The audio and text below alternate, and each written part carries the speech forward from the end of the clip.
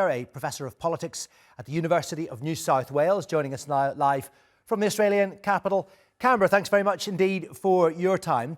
Why do you think Donald Trump is so prepared to trust Vladimir Putin, or indeed so certain that he can, given that Vladimir Putin has broken every promise he ever made in relation to Ukraine?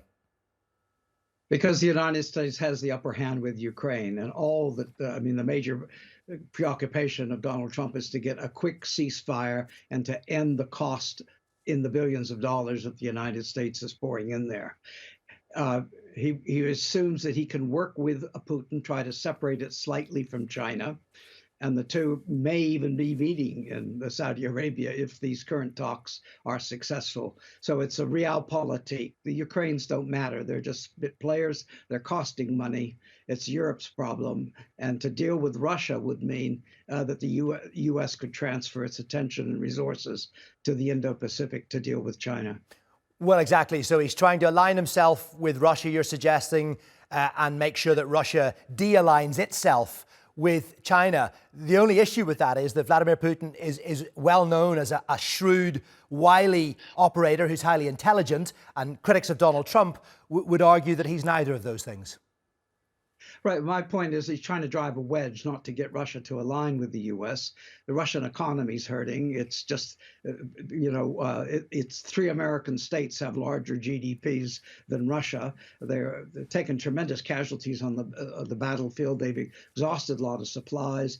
They can't sell weapons abroad because of sanctions and make money that way. They like to get oil back, as natural gas back to Europe. So there's a lot in it for and they're even talking about American investment once sanctions are lifted. So there's something in it for Russia to cooperate with. And then Trump just assumes it's going to be peaceful. And then he can turn his attention elsewhere.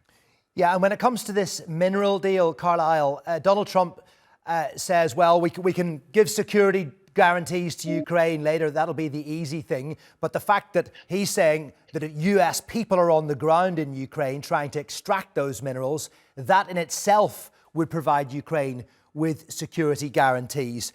But Putin wouldn't dare attack. That's his position. But he surely can't be so certain.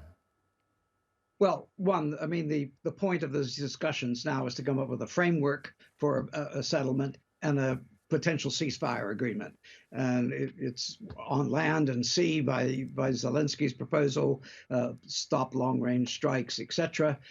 I think the minerals agreement is just, they're going to lay down their cards and have to sign something whether or not they get the security guarantees they want, because they know what will happen.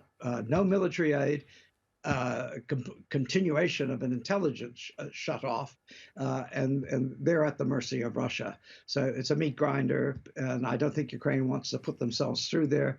I spoke before about the Millian dialogue. The powerful do what they will, and the weak must do what they must. And Zelenskyy is going to have to demonstrate to his 3 American colleagues, his advisors rather than Zelenskyy himself, that they're willing to work a deal. Otherwise, they're going to face a shut-off by the U.S. Yeah, it's a fascinating few days ahead in Saudi Arabia. Carlyle, thank you very much indeed for your analysis.